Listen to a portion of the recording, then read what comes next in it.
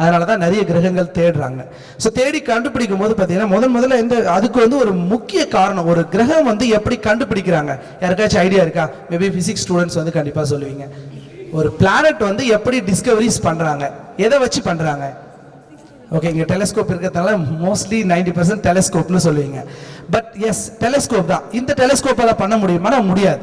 அப்போ ஃபர்ஸ்ட் இதனோட தொடக்கம் வந்து எங்கே தொடங்கி இருக்குன்னா 1610ஆம் ஆண்டு. யோசிச்சு பாருங்க, கிட்டத்தட்ட 400 வருஷத்துக்கு முன்னாடி கலீலியோ கலீலி கேள்விப்பட்டிருக்கீங்களா? இட்டாலி.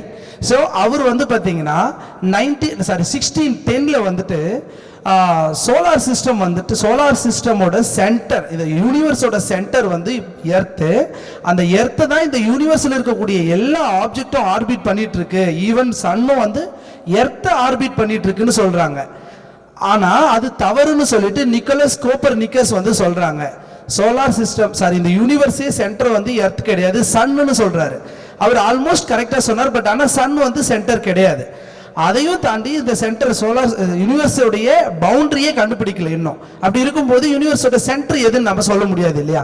ஸோ அந்த மாதிரி டிஸ்கவரிஸ் பண்ணும்பொழுது கலீலியோ கலீலி சொல்றாரு, இல்ல சோலார் சிஸ்டமோட சென்டர் வந்து பூமியும் கிடையாது, இந்த ஹோல் யூனிவர்ஸோட சென்டர் வந்து சன்னும் கிடையாது. நம்ம சோலார் சிஸ்டமோட சென்டர் மட்டும்தான் சன். அதை தவிர்த்து வந்துட்டு யூனிவர்ஸோட சென்டர் வந்து இது வரைக்கும் எதுன்னு கண்டுபிடிக்க முடியல.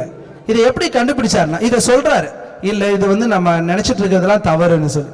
ஆனா அப்ப வாழ்ந்த மக்கள், 400 வருஷத்துக்கு முன்னாடி வாழ்ந்த மக்கள் என்ன சொல்றாங்க, இவன் வந்து ஒரு மிகப்பெரிய ஒரு குழப்பத்தை உண்டு பண்றான், இவனை வெளியில விட்டா மக்களுக்குள்ள ஒரு பெரிய குழப்பத்தை உண்டு பண்ணி பெரிய பிரச்சனைகள் வரும்னு சொல்லிட்டு 40 வருஷம் அவரை வந்துட்டு ஹோம் ஜெயில்னு சொல்லுவாங்க இல்லையா, வீட்டுக்கு காவல்ல வச்சிருக்காங்க. வீட்டை விட்டு வெளியே வரக்கூடாது, யார்கிட்டையும் பேசக்கூடாது.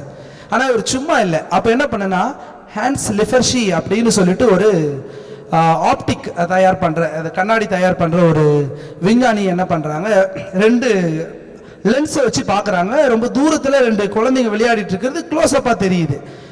இந்த மாதிரி ஒரு விஷயத்தை நான் கண்டுபிடிச்சிருக்கேன்னு சொன்னோன்னே அதை எப்படியாச்சும் வாங்கி ஆகணும்னு சொல்லிட்டு அவரோட ஃப்ரெண்ட் கிட்ட பேசி அதுக்கப்புறமா அந்த லென்ஸை வாங்கிட்டு அவர் வந்து ஃபர்ஸ்ட் அவர் பார்க்குறது நம்ம மூன் தான். நம்ம எர்த் மூன் வந்து பார்க்குறாரு. மூன் பார்த்து அதுக்கு முன்னாடி வரைக்கும் மூன் வந்து பார்க்கறதுக்கு ஒரு ரவுண்ட் ஷேப்ல அப்படி இருக்கிற மாதிரி தெரிஞ்சுது. பட் ஆனால் அதில் பார்த்தா நிறைய பள்ளங்கள் இருக்கு. ஸோ இது ஏன் அந்த பள்ளங்கள்லாம் உருவாயிருக்குன்னா மீட்டியார் இம்பாக்ட்னு சொல்லுவாங்க. ஒரு விண்கல் விண்வெளியிலிருந்து வந்து பூமிக்குள்ள நுழையும் பொழுது அது ஃப்ரிக்ஷன், உராய்வு விசை காரணமாக என்ன ஆகுனா அது எரிஞ்சு போயிடுது. ஆனால் நம்ம நிலாவில் வந்து அப்படி நடக்கிறது இல்லை. பிகாஸ் நம்ம எர்த்துக்கு வந்து அட்மாஸ்பியர் இருக்கு, அங்கே அட்மாஸ்பியர் கிடையாது. ஸோ வளிமண்டலம் இல்லாததுனால டைரக்ட் ஹிட்டிங் அங்கே நடக்குது, இங்கே வந்து டைரக்ட் ஹிட்டிங் நடக்கல. ஏன்னா வரும்போதே எரிஞ்சிடுது. அதனால தான் நட்சத்திரம் எரிஞ்சு விழுது அப்படின்னு நம்ம பூமிக்குள்ள சொல்றோம்.